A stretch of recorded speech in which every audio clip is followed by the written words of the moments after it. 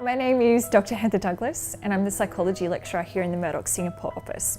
I obtained my Bachelor of Psychology in March of 2009, followed by my PhD in 2014. I have extensive experience in organisational and community health psychology in both teaching and research. And you'll most likely be in one of my classes throughout your journey through psychology at Kaplan Higher Education.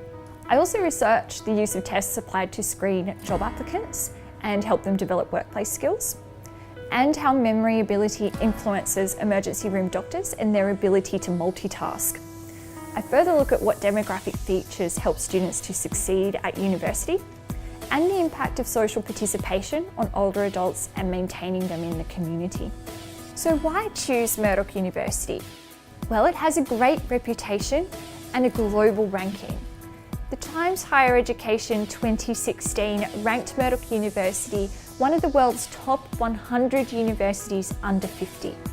It's also ranked as one of the top 100 most international universities. It's also recognised by the Australian government, so candidates with a degree from a university that's accredited by their home country may be considered for appointment with the Singapore Public Service. The degree is the same as that awarded to on-campus graduates at Murdoch University, Australia. And it's one of the few universities that awards a full degree transcript, which gives you a competitive edge in the job market. It is fully accredited by the Australian Psychology Accreditation Council, or APAC for short, and it's recognised by the Australian Psychological Society, or APS. This will allow you to gain registration as a psychologist in Australia, which also allows you to register with the Singapore Psychological Society. It will also allow you to pursue further studies in psychology with Australian universities. The job outlook for psychology is good. The demand for psychological services in schools, hospitals, substance abuse treatment centres and social services agencies is expected to fuel the demand for trained professionals. 3 job areas expected to be in high demand are in clinical psychology, school, and industrial and organisational or workplace psychology. Psychology is also a very popular university course for bachelor's level students worldwide. The study of psychology aligns with the career psychologist, which is a high growth occupation. The Australian government have assessed psychologists to be among the top 10% of growth occupations in the next decade. Employment for this occupation, according to the Australian Government Job Outlook Initiative, rose by 6% in the past 5 years, and it rose by over 10% in the last 10 years. Looking forward, employment for psychologists to November 2019 is expected to grow strongly. Similar data on the state of psychology profession in Singapore is hard to find. However, the Singapore Psychological Society asserts that it's becoming an increasingly popular university course, and the number of psychologists in Singapore is growing. The SPS are currently conducting research to understand who is practicing psychology in Singapore, and as of 27th of June 2016, there were 295 psychologists registered to practice with the SPS. Although anecdotal, information from both alumni and affiliates suggests that the scene in Singapore is changing. There's an increased focus on mental health by the Singapore government, which means that their workforce demands for psychologists will grow in future. A psychology program can open the door to a variety of careers. Psychology is certainly not a one-size-fits-all career choice. In fact, one of the greatest strengths of a psychology degree is the enormous variety of career paths that are available to graduates. Students can tailor their education and degree to focus on specialty areas that appeal to their interests, and some of these potential professions might include clinical, sports, forensic, maybe health psychology, or even industrial and organisational psychology. It's also an excellent way to learn about yourself and others. Have you ever wondered why people behave in certain ways? Or maybe you've always wanted to learn more about your own mind, emotions, and actions. Earning a degree in psychology is an excellent way to gain a greater understanding of people. In addition to satisfying your own interest in human nature, having a solid understanding of what makes people do certain things can be a very marketable skill in a wide variety of job settings, including social services, advertising, marketing, education, healthcare, and politics. Psychology is also rewarding and challenging. If you love solving practical or theoretical problems, then earning a psychology degree might be a great choice for you.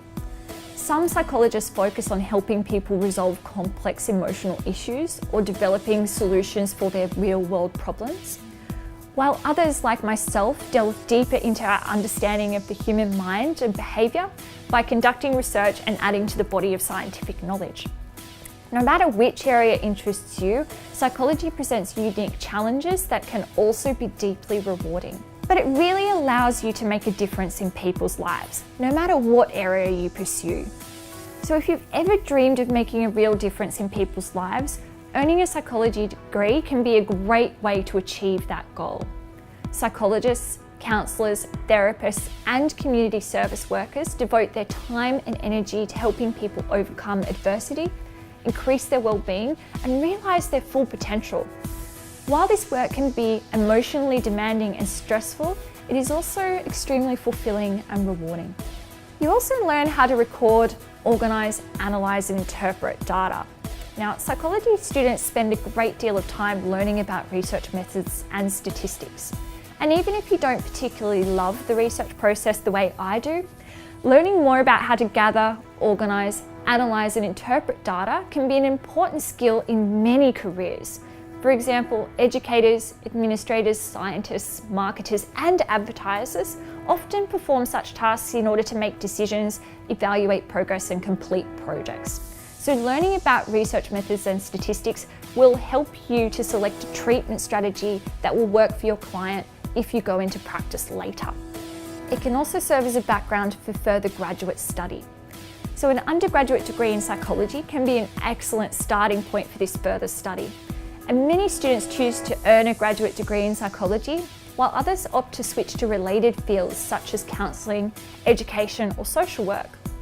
Having a background in human psychology can also lead to further study in areas such as law, medicine, or even the life sciences. But the real benefit is that you can pursue a specialty area that you're passionate about. Let's imagine that in addition to your strong interest in psychology, you also love human resource management. You can do a double major in psychology and HRM. One great benefit of earning a psychology degree is that you can pursue a career path that is well aligned to your passions and interests.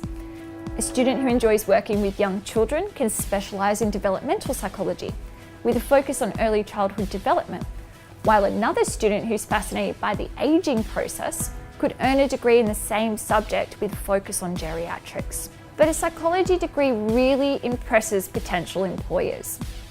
Earning a degree in psychology can be a great way to prepare for a range of professions. The skills that you acquire during your study of psychology, such as analysing data, communicating complex information, and understanding human behaviour, are all abilities that are highly prized by employers. So according to the Complete Psychology by Graham Davey, only about 15 to 20% of psychology majors go on to become professional psychologists or counsellors. So what do the estimated 3/4 of psychology majors end up doing with their degrees?